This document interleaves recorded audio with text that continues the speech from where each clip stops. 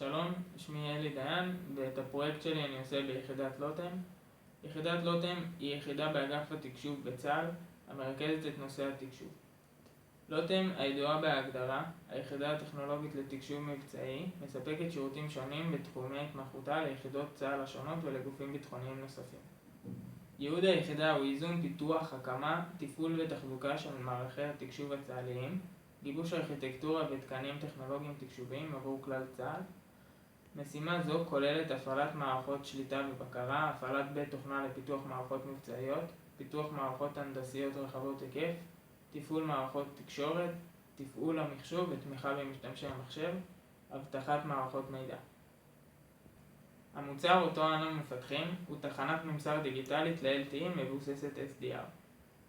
בצבא קיים קושי לתקשר כראוי בשטחי אויב, בבונקרים ובמקומות בעייתיים גיאוגרפית אשר מחוץ לטווח תחנת הבסיס. בשביל שמכשירים באזורים אלו יוכלו לתקשר ביניהם, אחד הפתרונות הוא הקמת תחנת בסיס חדשה קרובה יותר, אך אפשרות זו יקרה ובעייתית בשטחי אויב.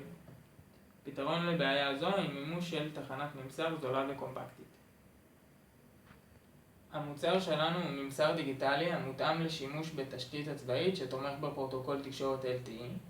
הממסר מבוסס SDR של חברת אתוס הנקרא USRP B210, כמו שניתן לראות פה, ותומך בתדרים של 70 MHz עד 6 GHz, עם שתי אנטנות קליטה ושתי אנטנות שידור, עם חיבור USB 3 למחשב. על מנת לממש את הממסר, יש לקלוט אותות מתחנת בסיס המיועדים למשתמשי קצה הנמצאים בטווח תחנת הבסיס, לסנן אותם מרעשים ולהעביר אותם מוגברים אל משתמשי הקצה הנמצאים מחוץ לטווח. תדר זה נקרא Downlink, והוא ידוע בתכנון הממסר. שנית, יש לקלוט אותות ממשתמשי הקצה הנמצאים מחוץ לטווח, המיועדים לתחנת הבסיס, לסנן אותם מרעשים ולהעביר אותם מוגברים לתחנת הבסיס. תדר זה נקרא תדר Uplink, והוא ידוע בתכנון הממסר.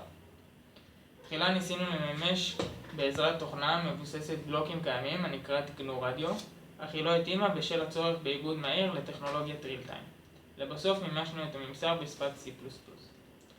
בנוסף, בעזרת LTE Toolbox של MATLAB, אנו יכולים לקלוט את התדרים בהם האנטנות השכנות משדרות, ולתת מדד לאיכות השידור של כל אנטנה, ובכך לדעת איזה תחנת בסיס כדאי לממסר. כיוון שמטלב דורש המון זמן עיבוד, הפונקציה של מציאת תחנת בסיס עדיפה אינה מתאימה לטכנולוגיית ריל טיים, בה נדרשנו לעבוד, ולכן אנו מנסים לממש זאת ב-C++.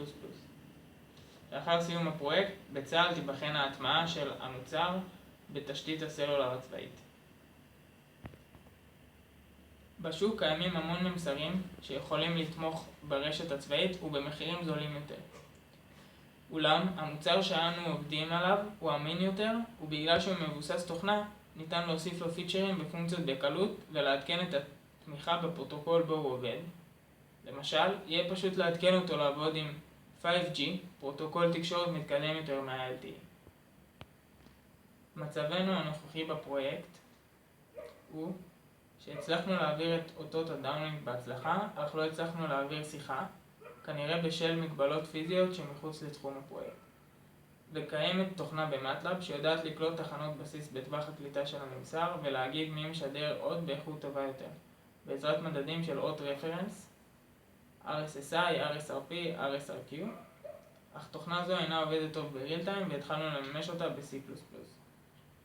הצוות כולל אותי, אלי דיין, סטודנט שנה רביעית להנדסת חשמל, מתמחה בעיבוד אותות בתקשורת, רז אברהם, סרן בחיל תקשוב, מהנדס חשמל באגף לוטם, דוד פיינשטיין, רב סרן בחיל תקשוב באגף לוטם, מהנדס חשמל והמנחה מטעם לוטם.